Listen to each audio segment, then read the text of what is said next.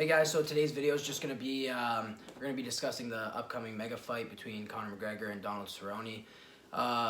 Big, really big fight, just because it's Conor McGregor's first time back in the cage since he lost his title to Khabib.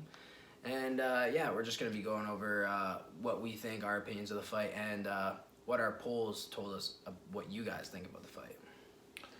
Thank you. So yeah, we did a poll on Twitter, and so we had 191 respondents, and 36% of those said that Donald Cerrone would win the fight, and 64% said that Conor would win the fight. So I think this is the sentiment too. I mean, I've been watching a lot of fight predictions and a lot of stuff online. Everybody's pointing to an early knockout from Conor McGregor.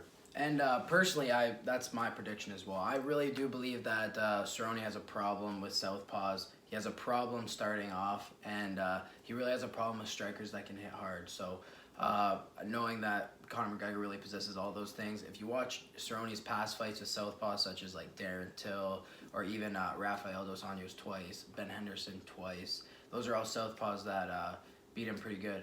George Masvidal was another southpaw that was able to beat Cerrone. And despite McGregor's time away from the cage, I feel like it's just a perfect style matchup for him. Cerrone especially coming off 2 losses too. Yeah, the interesting thing about Donald Cerrone is he's really good at takedowns. He's really good on the ground. We've seen him submit Mike Perry. There was another guy he submitted that I can't remember his name right now. But the thing with Donald Cerrone is he wants to bring the fight for the fans, right? So he's gonna try to stand up and bang with Conor, which I don't think is the best idea. I know he has great kicks, right?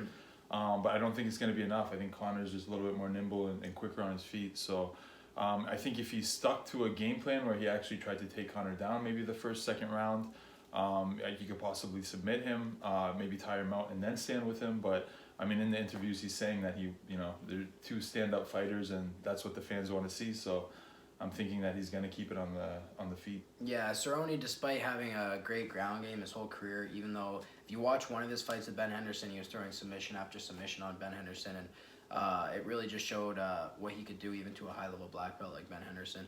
But yeah, Donald Cerrone has said in interviews he just wants to go out there and bang. So it's not the smartest decision, but like you said, it's the one for the fans.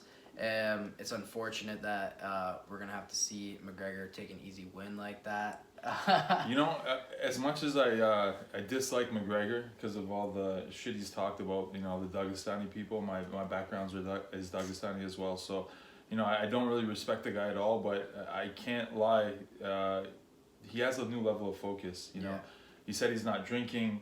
You could even see it in his interviews. He seems a whole lot more focused. He seems a whole lot more composed. He's not so much into the shit talking. He's not so much into the theatrics. So I think we're going to see a very focused Conor McGregor. Kavanaugh, his coach Kavanaugh, and everybody around him saying that this is the best he's ever looked, better than, better shape and better preparedness than Alvarez. So I'm actually excited to see which Conor comes out, but I do want Donald Cerrone to win. Yeah, So honestly, I'm just not a fan of Conor McGregor at the end of the day, even though he is an amazing fighter. The thing is, though, it does seem like he has like this newfound focus or whatever it is, but the more I watch his interviews, like it just seems like he's coming up with more and more excuses every time.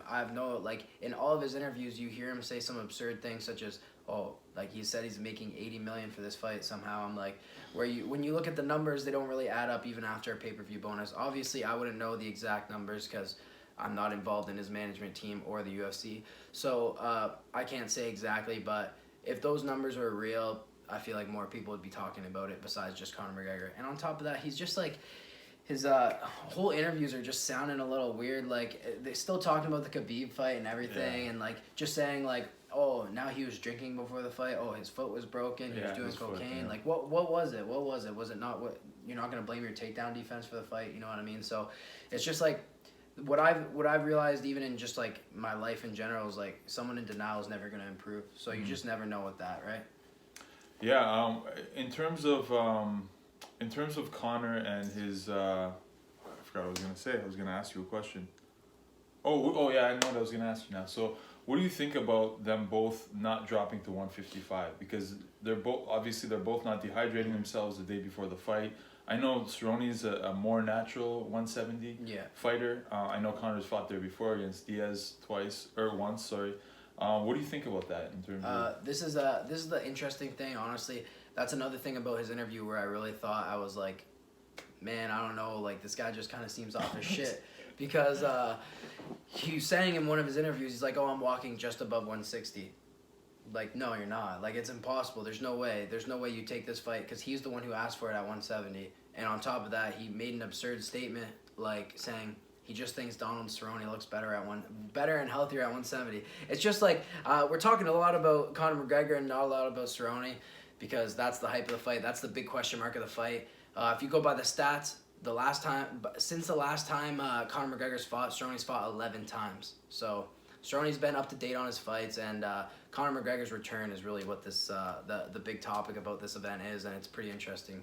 Yeah, I mean, even Cerrone's last couple fights, they you know, he fought Tony Ferguson, he fought Al Quinta, Justin Gaethje. He fought Justin Gaethje, he fought Masvidal, I think 6 fights ago or something. So, I mean, Cerrone's fought the best of the best. But with that being said, that last knockout from that the last two, you know, that does something to a fighter. I think, for sure, especially that war, like the fight with Tony Ferguson was really pretty much just a war. Like he got cut up bad. Gaethje was just a mauling. He went in there and just destroyed him. Really, yeah, he's a predator man in that fight, and he got Cerrone and really finished him. And the thing is, like, despite my hate for Conor McGregor, he didn't do great in the Khabib fight, but he didn't do terrible either. You know, he did win the 3rd round on all 3 judges' scorecards. He was able to distance himself and do okay. He was able to defend the takedown for a good amount of the good amount of the 1st round, but there was nothing in that fight where it makes me believe that he won't be able to beat Donald Cerrone. That's basically what I'm getting at here. Yeah, I don't want to admit it, but I do think Conor gets it done in the first 2 rounds. Like I said, I'm hoping for 3rd round stoppage, you know, in favor of Cerrone, but I don't know if Cerrone. I mean, what about Cerrone's chin? Like, I mean, he actually didn't get knocked out against Ferguson, right? It was more of a stoppage because he blew his nose and but Gaethje just put him down. So Till put him down. Masvidal put him down. These guys are putting him down, man, and all southpaws. Yeah. So that's a crazy stat. His stat actually, as a career total, his record against southpaws I believe is 5-6, or that might be his UFC record, but that's the stat I seen. His record's 5-6 against southpaws. Of course, I'm sure all his losses have been against top level southpaws, but that being said, you know, Conor McGregor's a top level southpaw, so that's gonna play a crucial factor in the fight, and it's unfortunate that this is Conor's comeback fight. I would have liked to see him fight someone more interesting, who's on more of a streak, like Justin Gaethje or something. But even Poirier. Yeah, even Poirier rematch, because that could have been a big hype. You know, Poirier's not doing too bad. Both their last losses are against Khabib, so it would have really made sense.